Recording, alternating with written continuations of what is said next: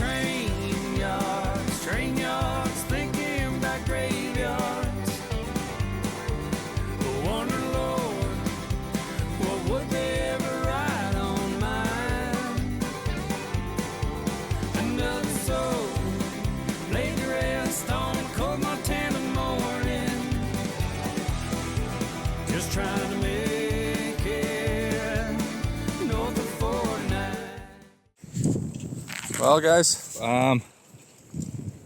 it's the end of the day. I'm recording a little intro to this one, but yeah, it's gonna be kind of a slower day. We're gonna check some coyote stuff. We got some catches here, setting up a new coyote bait. It's windy as heck, so I didn't get to video a lot today, but we're gonna do some beaver trapping as well.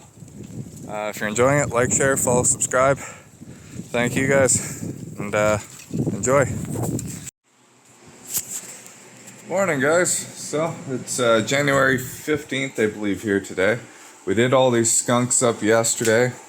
I think I've completely lost my sense of smell because the wife was complaining about skunk last night, and I walked into the garage thinking my eyes are burned and I can't smell a single thing. So either I found the cure to skunk scent or I blew my nose out completely. But yeah, so we got all these guys up. I put the fan on them just to dry them as fast as I can because I need 2 of these fox boards for this guy here and that guy there, the ones we caught on the trap line this last time. And then I got that fisher from, I don't know, that's close to a month ago now. So I'm going to throw him up on the board. I can't remember if I fleshed him before I threw him in the freezer or not, but no, I didn't. So gonna skin flesh board him. It's about 6:30 right now in the morning. We're gonna get to a bunch of beaver trapping. I have to, never made it to work yesterday, so I have to put in overtime here today. And then on Friday, we're gonna head up to the fur depot and drop everything off. So I got my coyotes from this year, not a ton of them. I think we're 12 or 13, something like that. Each one of these bags has 50 beavers in it. Got those beavers up there. Got to take these beavers off the boards I put on the last few days. So they should be ready, I think. Yeah, they're getting close. I'll have to throw the fan on them.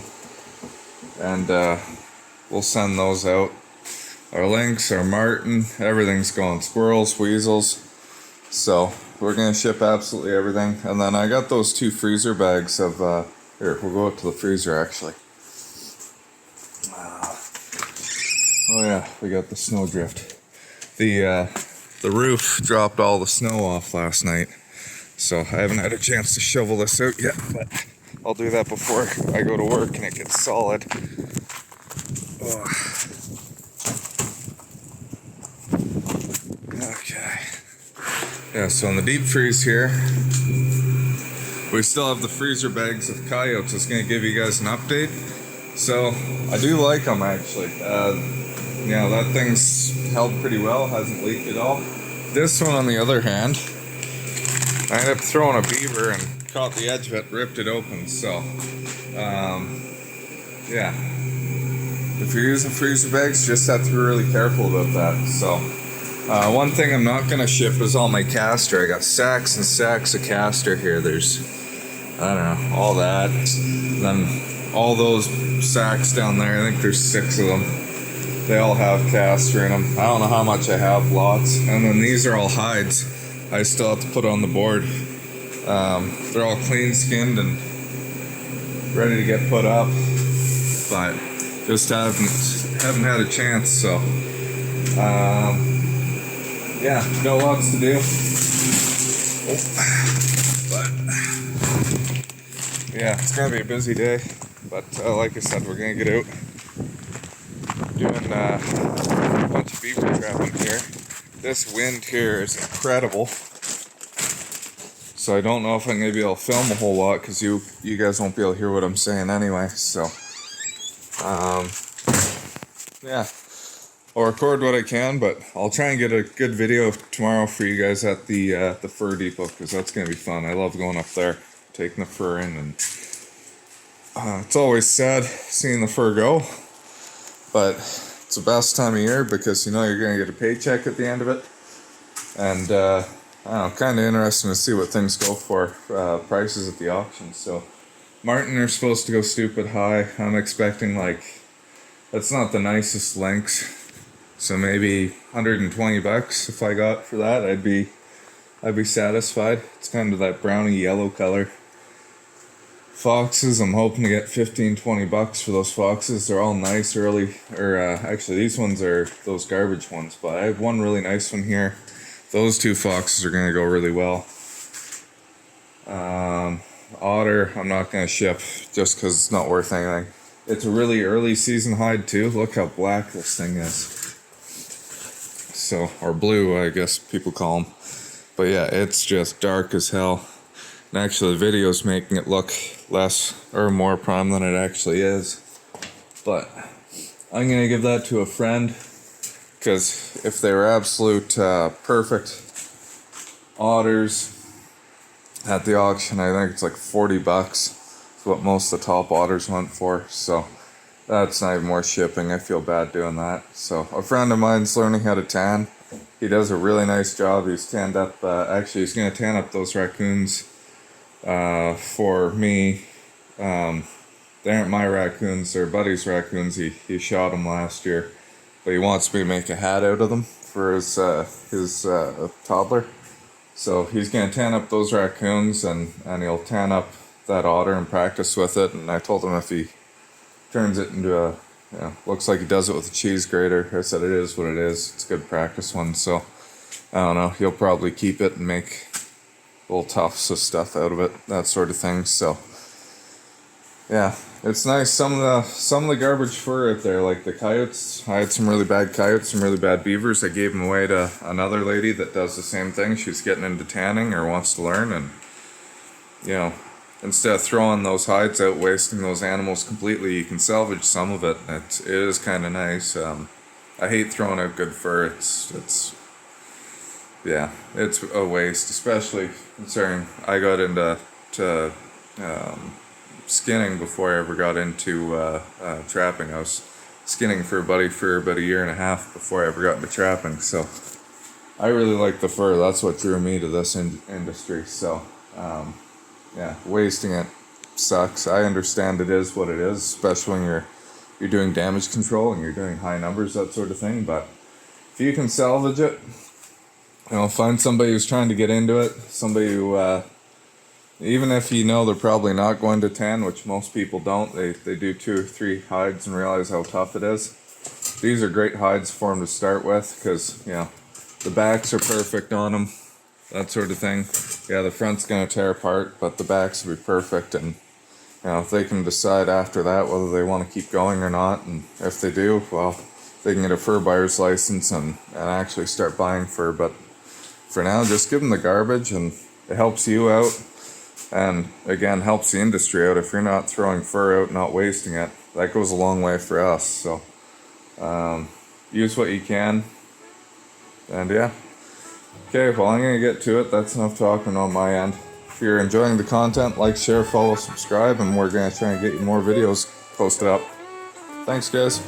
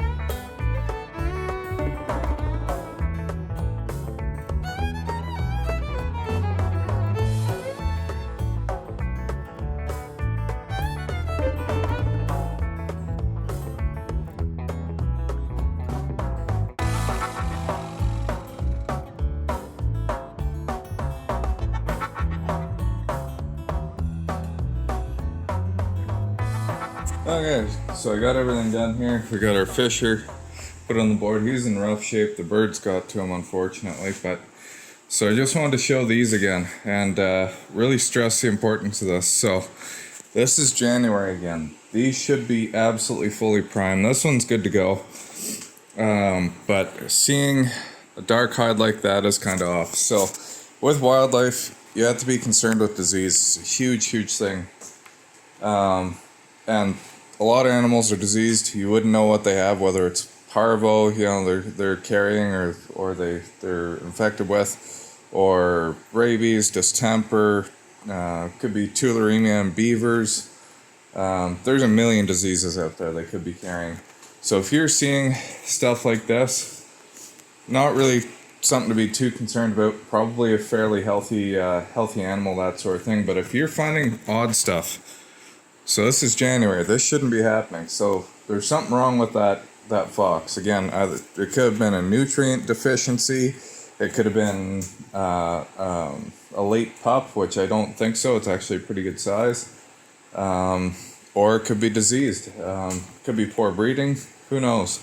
But there's something off about it. So I was really careful about wearing my gloves. I'm going to spray everything down that I've worked around. I haven't drank my coffee since I started skinning that thing, and I noticed that. But there's other signs. You'll get coyotes that looks like they're sweated right out. They're greasy. They're wet.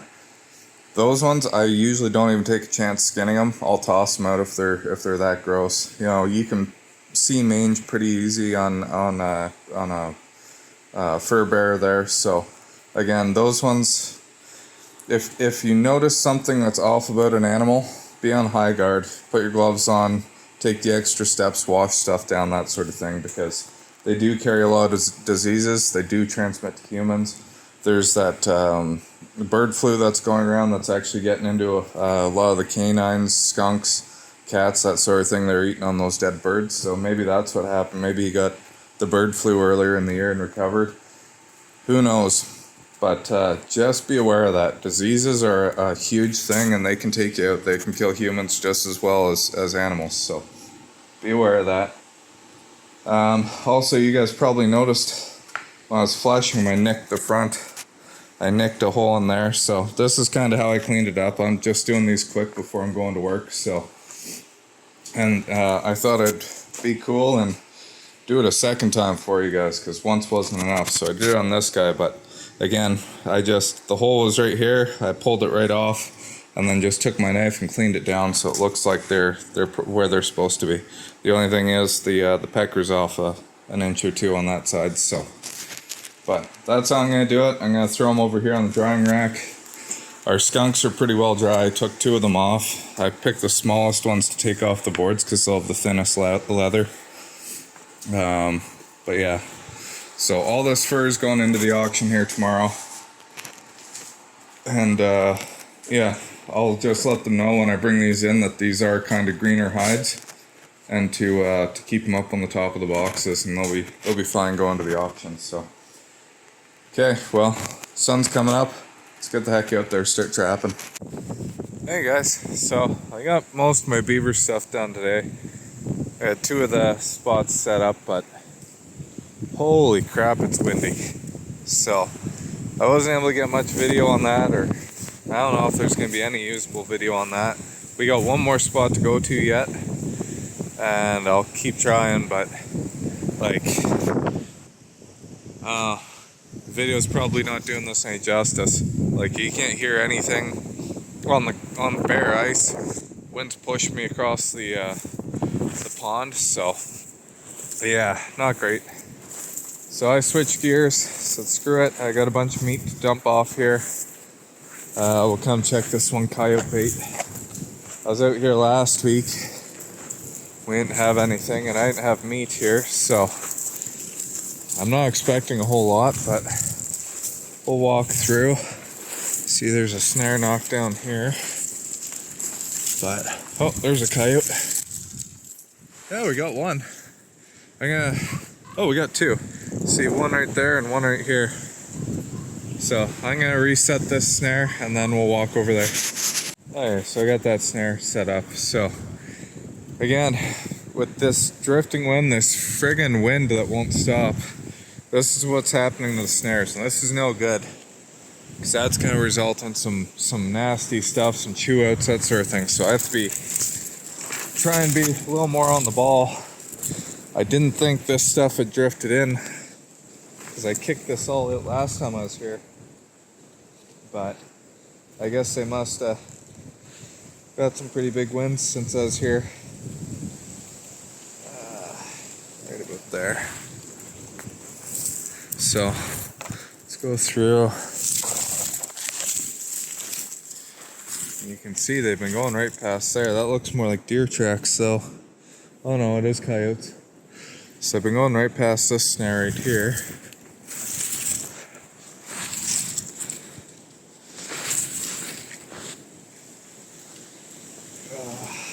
Sorry, I'm just moving these snares back into the path as I go through.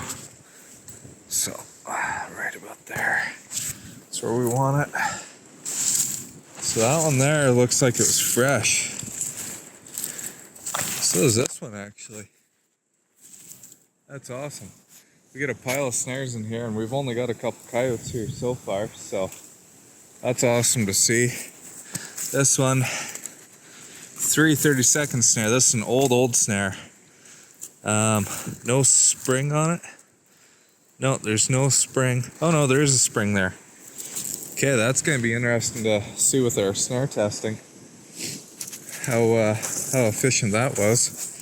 There's another really bad snare right there. I'm going to kick that trail open. Holy heck, I can't believe. And the snow settled and pulled the snare right down. That's why it's stretched. So, that's no good. We're going to have a lot of work to do here, setting this all back up again. Like I said, it's only been a week. And that's how much this has changed. So, I'm glad I got here before the ravens started wrecking things. Because usually within a day or two of coyotes being caught up here, the birds start ripping them apart. But we'll take a look at this coyote here in a second.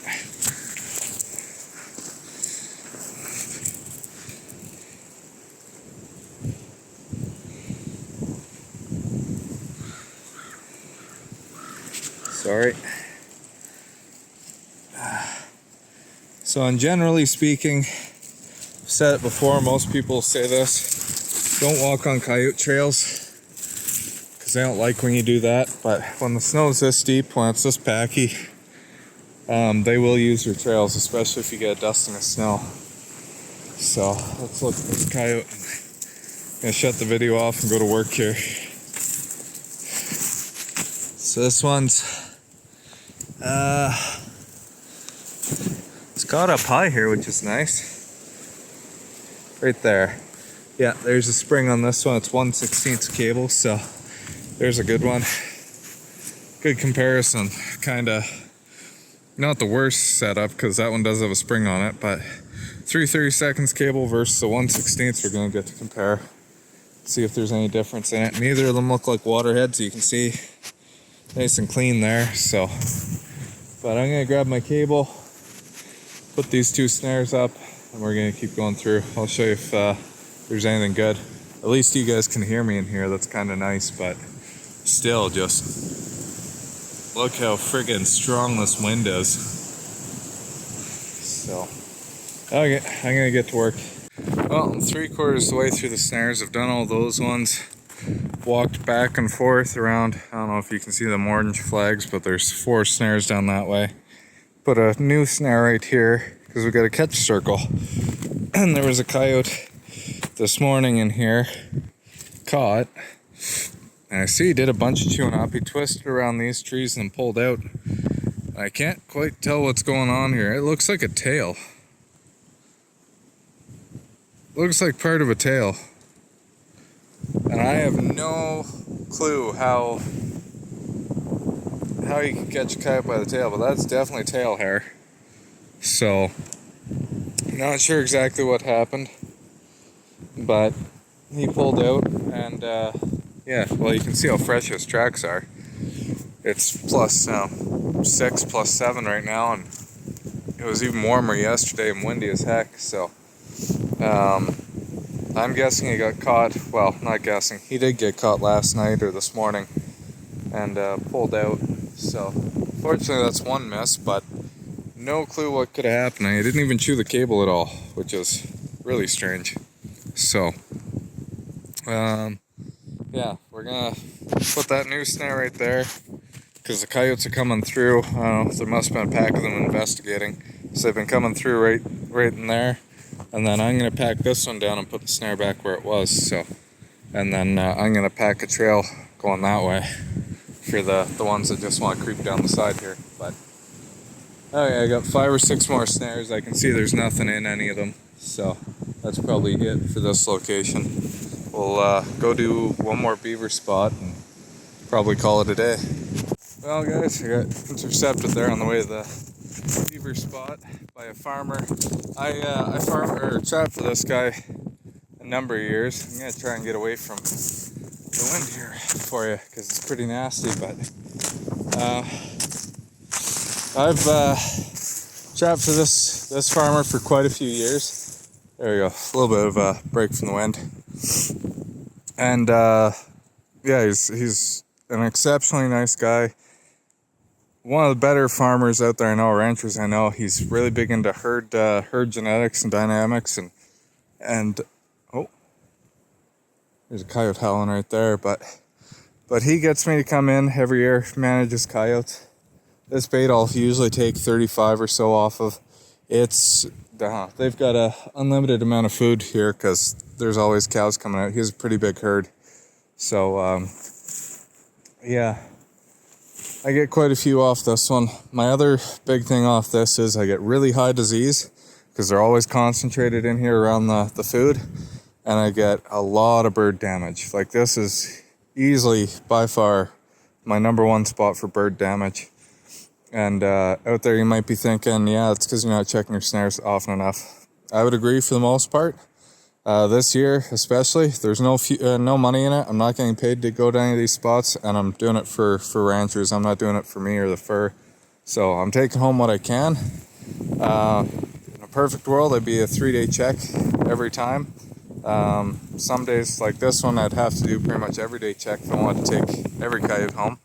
And even then, I'd still lose quite a few. So when prices were really high, I was coming in here and I'd have 5 or 6 coyotes dead in a snare, and there'd be a head left in one snare, and it'd be minus 35, and there'd be 2 coyotes with steam coming out of their side. The birds are poking holes in them as they're dying. And yeah, I'd come in here. If I caught 5 or 6, I'd be lucky to take one home that wasn't damaged or diseased. And there's been times where I've caught 5 or 6 mange coyotes, shoulder mite coyotes in here, and sometimes a healthy one with them. It is what it is. Every year's been the same. I pull lots out of here, so.